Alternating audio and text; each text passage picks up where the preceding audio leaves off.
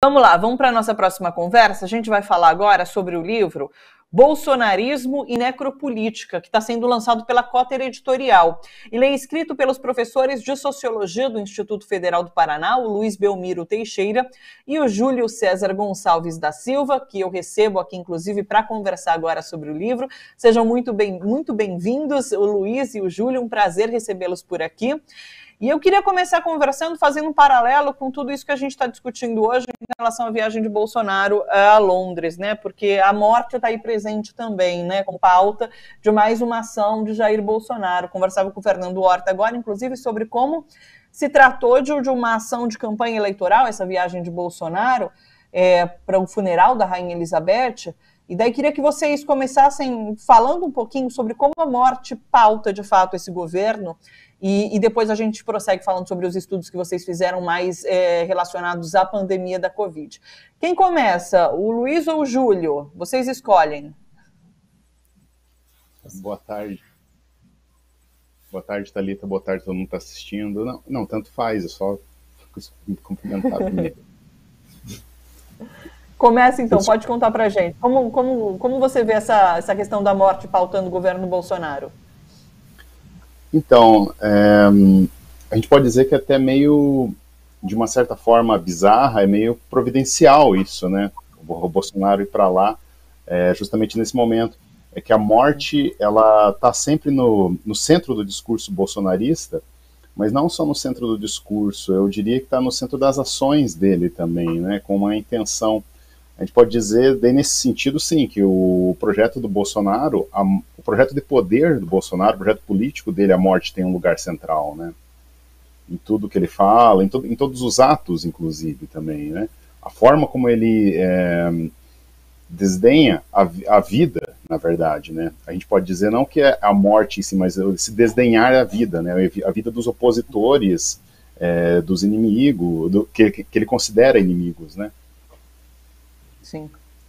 E também até dos próprios cidadãos, né, do país que ele administra, né? Essa coisa, ele meio que assim, ele ratifica cada vez mais essa lei do mais forte, né? Ele não se importa com a desigualdade, com essa parcela da população que nós chamamos de excluídos, né? A vida dessas pessoas para ele pouco vale, né? Eu acho que toda vez ele faz questão de deixar isso bem claro, né? Eu vi muita gente, inclusive, revoltada com essa viagem de Bolsonaro a Londres, porque, trazendo a questão da pandemia, inclusive, né? Porque ele não prestou solidariedade em momento algum às tantas vítimas que a gente teve aqui no Brasil, pessoas, brasileiros mortos pela Covid, e ele vai prestar solidariedade lá em Londres à Rainha Elizabeth. Eu vi muita gente revoltada com esse fato também. Júlio, quero te ouvir sobre isso. É uma postura muito diferente, né, a que ele teve aqui no Brasil e a que ele está tendo ali em relação a essa solidariedade à morte, apenas. Boa tarde a todos, né, todos e todas. A gente vê que o Bolsonaro, desde o momento da campanha eleitoral, já era muito claro isso, mesmo antes, né?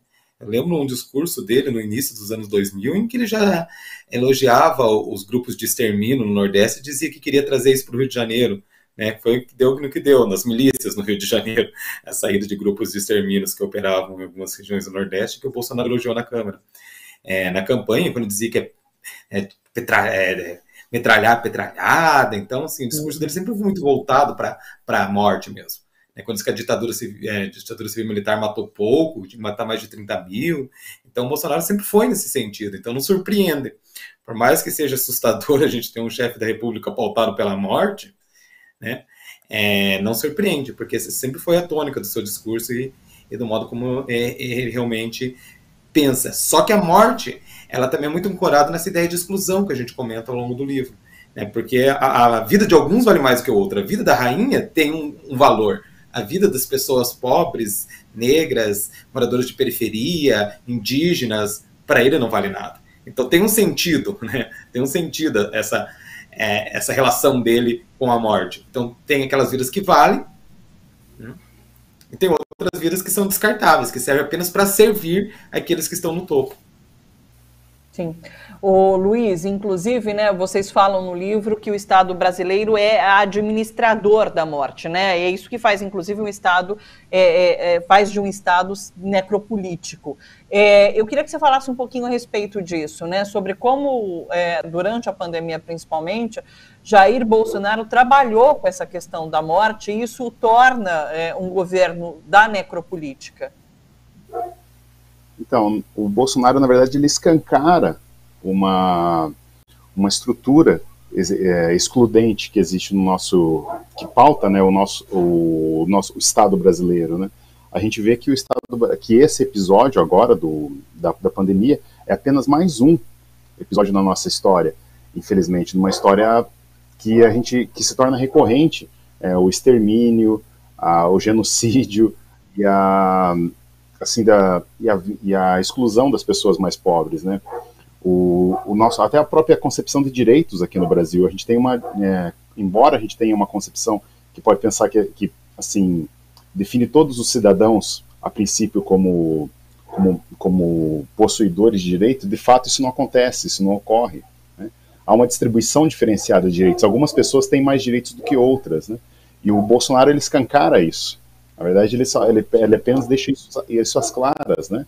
E isso nesse sentido que a gente fala, que o Estado brasileiro, ele não se caracteriza por garantir direitos, dentre ele o principal, a vida, né? O Estado brasileiro, ele acaba se caracterizando apenas como um administrador da morte. Sim. O Júlio, inclusive, é curioso, né? Quando a gente começou ali em 2018 a falar, 2019, na verdade, a falar sobre necropolítica, não havia um entendimento do que era necropolítica, que a gente acabou, e a gente já falava, mesmo em 2019, né? Depois isso se tornou um fato muito mais consistente com a pandemia. Mas essa história da necropolítica da morte, o que a gente vê hoje, inclusive, é que não fez com que Bolsonaro obtivesse um eleitorado a ponto, de fato, de se perpetuar no poder, né? Então, o que a gente tem assistido é que a necropolítica não elege, talvez, um presidente, ou reelege um presidente. Eu queria que você falasse um pouquinho sobre como a necropolítica é vista pela população, né? Porque eu acho que hoje há um entendimento maior por parte da população de que Bolsonaro trabalha com a morte, de fato, coisa que ali em 2019 a gente estava começando a entender, começando a descobrir o que era a necropolítica. Como que você vê isso? Tudo está se caminhando para que esse projeto seja derrotado. Esperamos que, né, assim continue. Então, é preciso agir nesse sentido, não só esperar que as coisas caem do céu. Então, é preciso trabalhar para que não tenhamos surpresas até daqui a 2 finais de semana, né, que está chegando já esse momento importante de derrotar o Bolsonaro. Ele não tem a maioria social, na verdade nunca teve a maioria. Muita gente foi naquela onda do antipetismo, sem saber o que estava acontecendo, as manipulações de fake news e etc. Mas ele representa uma parte importante da sociedade, por isso que a gente refere sempre ao bolsonarismo e não tanto ao Bolsonaro. O Bolsonaro é a expressão, né, de um movimento que, por acaso da história, foi ele que se colocou naquela posição.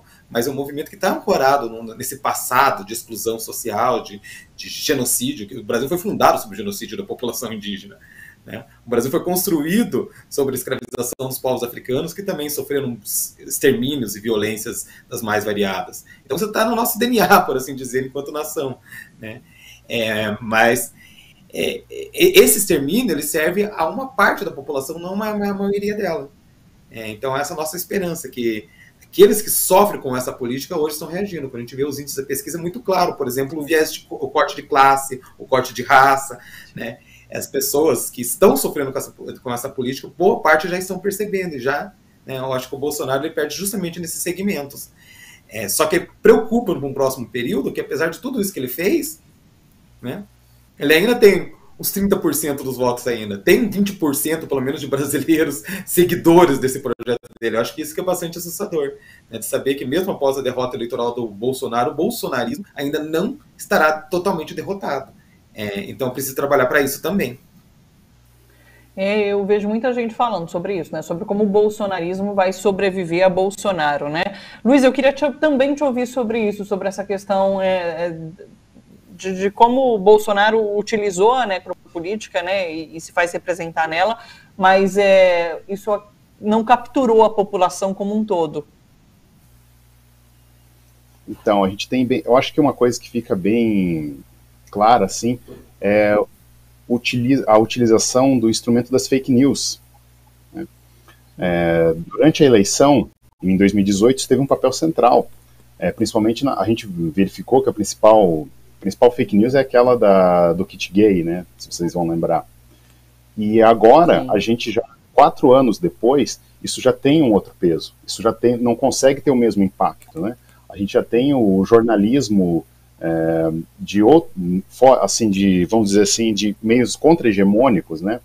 De um jornalismo independente aparecendo, o jornalismo também de verificação de fatos, né? Que expõe essas mentiras do governo do Bolsonaro. E elas são muito mais, eu diria, como foi também com o caso do Trump, né? Elas são muito úteis para quando você não é a vidraça, né? Quando você tem que atirar a pedra, né? Agora, quando você é a vidraça, você fica muito mais exposto, né? E o Bolsonaro, de uma certa forma, ele reconhece isso, né? Ele tenta, que essas fake news também a gente tem que pensar, assim, que elas não são apenas no sentido de negar a realidade. Elas também tentam construir um discurso, elas tentam construir uma narrativa. A gente viu isso muito forte durante a pandemia, de dizer que não estava acontecendo nada, de dizer que o Brasil é um país que está saindo vitorioso estava saindo vitorioso diante da crise econômica e também da crise sanitária. Só que, ao mesmo tempo, também a gente tem, eu acho que um elemento que é circunstancial, com o qual a gente teve a gente contou com um pouco de sorte, que é o fato do Bolsonaro não ser uma pessoa assim que é muito articulada, que os discursos dele, ele não consegue fazer assim, tem raciocínios muito elaborados, né? Por exemplo, a comparação que ele fez hoje cedo do preço da gasolina brasileiro com o preço da gasolina que se pratica na Inglaterra, sem considerar o salário dos ingleses e o salário dos brasileiros, né? Então são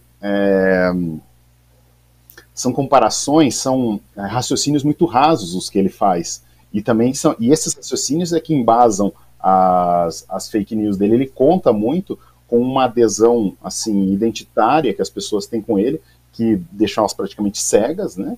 E conta com uma certa assim, falta de acesso à informação das pessoas também, né?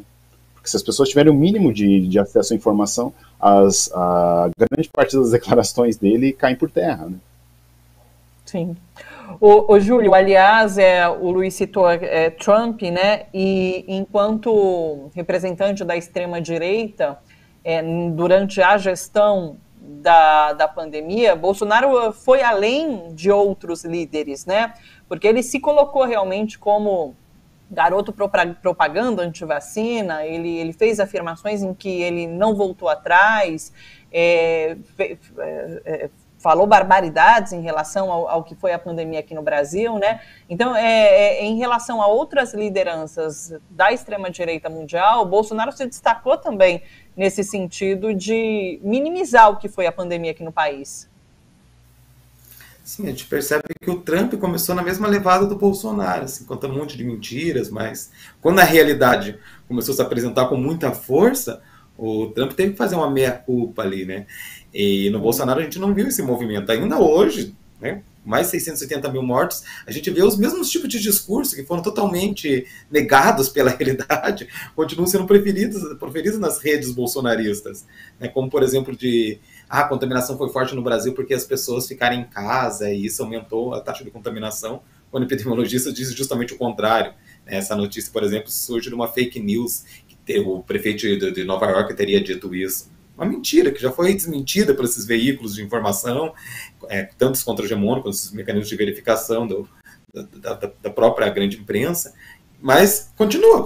E quando as pessoas estão fechadas naquelas bolhas, aquelas informações que chegam parecem ser as únicas verdadeiras, né? Então, a questão da máscara, até a questão da vacina, a gente vê que, assim, que esse movimento de vacina teve consequências trágicas, porque não é só as pessoas não estão querendo só tomar a vacina contra a Covid. O Brasil é um exemplo de campanhas de vacinação de crianças e agora a gente começou a falar também nisso. Os dados mostram que o número de pessoas vacinadas no Brasil tem diminuído por conta desse movimento negacionista. Então, as consequências do bolsonarismo, o desastre que esse governo representou, a gente vai sentir por muitos anos ainda. Vai ser uma tarefa muito árdua de reconstrução desse país depois dessa obra de devastação do Bolsonaro. Luiz, a gestão da pandemia, na sua avaliação, tem pegado em relação ao que está sendo essa corrida eleitoral? Você, na sua avaliação, a pandemia é um ponto que contribui não a favor de Bolsonaro nessa corrida eleitoral que a gente está vivendo agora? As pessoas têm essa lembrança, elas fazem essa conexão, porque eu vejo hoje que os principais destaques ali, quando aparecem de preocupação, em relação ao emprego, à economia, né, à renda, e a questão da saúde, que foi muito forte durante a pandemia, principalmente, já não aparece com mais tanta força. Como que você vê isso? Então, eu vejo assim como eu acho que o Bolsonaro, de uma certa forma, ele contou com uma conivência da grande imprensa, né?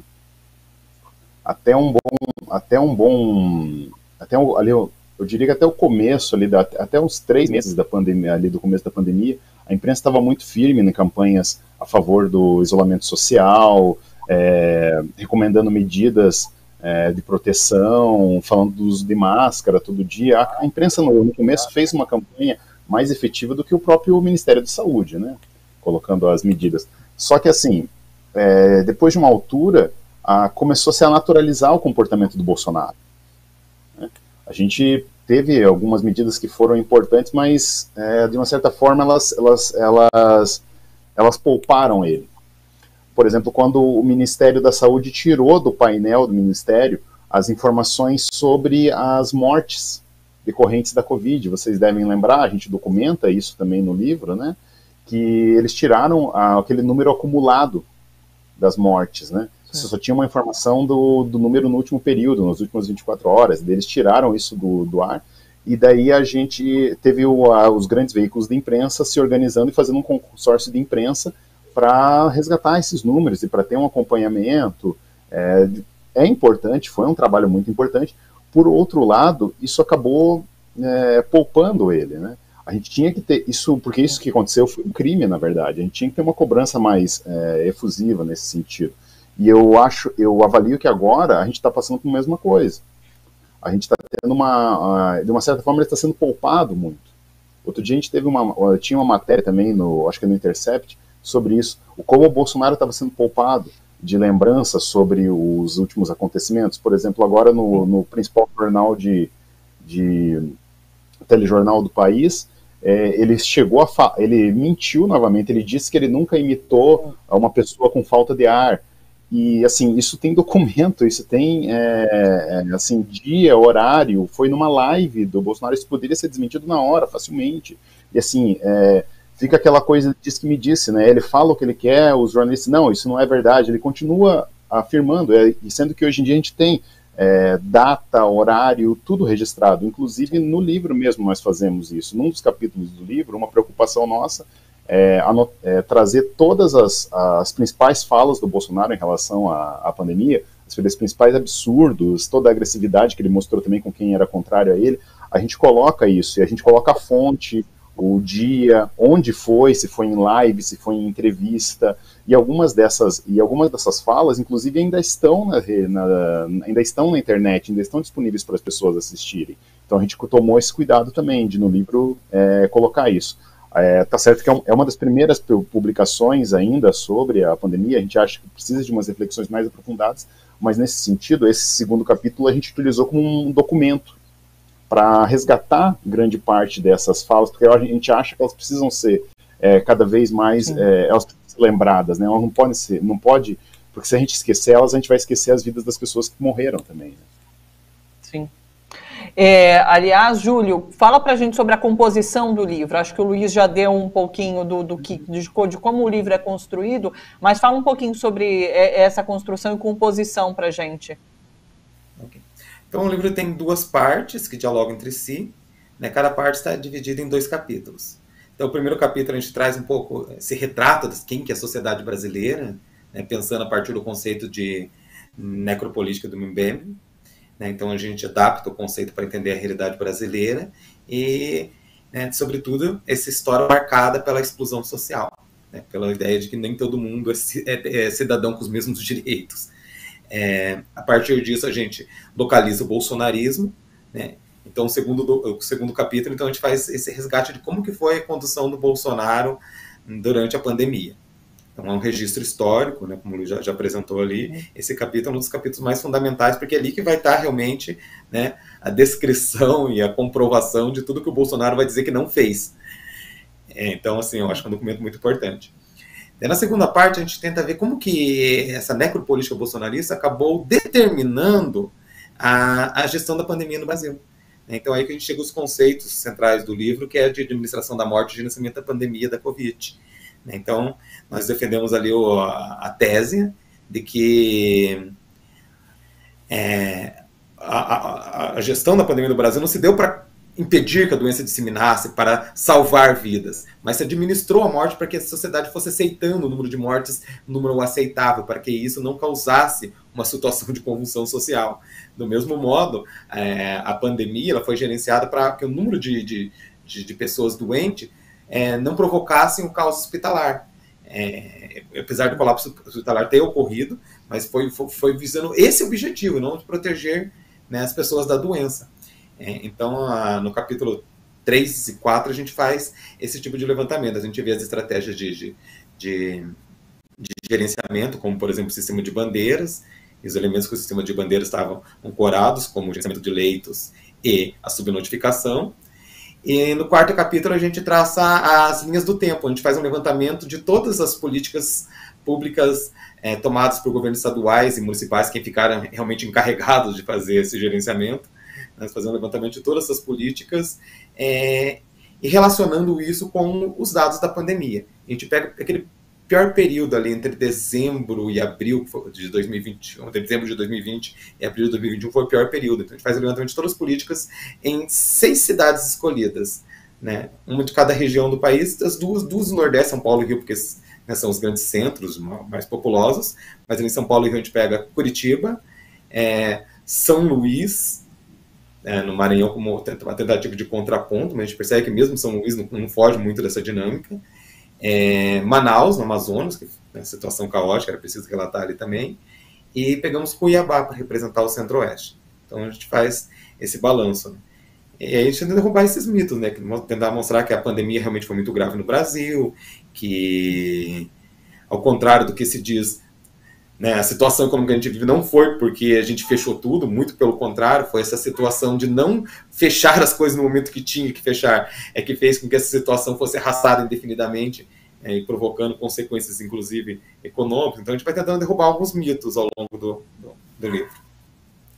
Acho que o Luiz poderia comentar um pouco melhor sobre isso também. Porque quando a gente fala das linhas do tempo, é que a gente fez na verdade, nosso trabalho, ele começa no nosso grupo de pesquisa do qual nós fazemos parte, que é um grupo de pesquisa que analisa as políticas públicas, né? E a gente é vinculado ao programa de pós-graduação aqui da Universidade Federal do Paraná, o programa de pós-graduação em Sociologia. A gente fez um monitoramento do combate à pandemia aqui em Curitiba, na região metropolitana da cidade. E daí a gente elaborou esse instrumento de monitoramento, que é essa linha do tempo, onde a gente faz uma cronologia das principais medidas que são implementadas, e daí a gente avalia, alguns dias depois, qual é o impacto dessas medidas. Então, ali a gente conseguiu levantar que não estava havendo um combate à pandemia, mas sim um gerenciamento à pandemia. E daí a gente quis testar essa hipótese para as outras regiões do país, para verificar se isso se ocorreu no país inteiro, né, no país como um todo. E a gente verificou, infelizmente, que sim. Então por isso que a gente utilizou esse instrumento, a gente fez esse teste nas outras cinco capitais, né? Trazendo as legislações, né? E daí a gente vê uma ampliação por exemplo, do rol de atividades consideradas essenciais, aquelas que poderiam funcionar mesmo nas medidas de maior restrição, mesmo durante os períodos de maior restrição. Como, por exemplo, a gente viu em algumas capitais, em São Luís e em Manaus, escritório de advocacia e escritório contábil era considerado atividade essencial. Então, esse tipo de coisa a gente vai mostrando durante o livro. A gente fez um levantamento que foi bem exaustivo, né? E tem lá, tanto que um capítulo é dedicado exclusivamente a essas linhas do tempo. Perfeito. Eu coloquei para vocês que nos acompanham o site da Cotter.com.br aqui na tela, tá bom? Para vocês acessarem e conseguirem, então, encontrar Bolsonarismo e Necropolítica, o livro do Luiz e do Júlio, que está aqui na tela para vocês.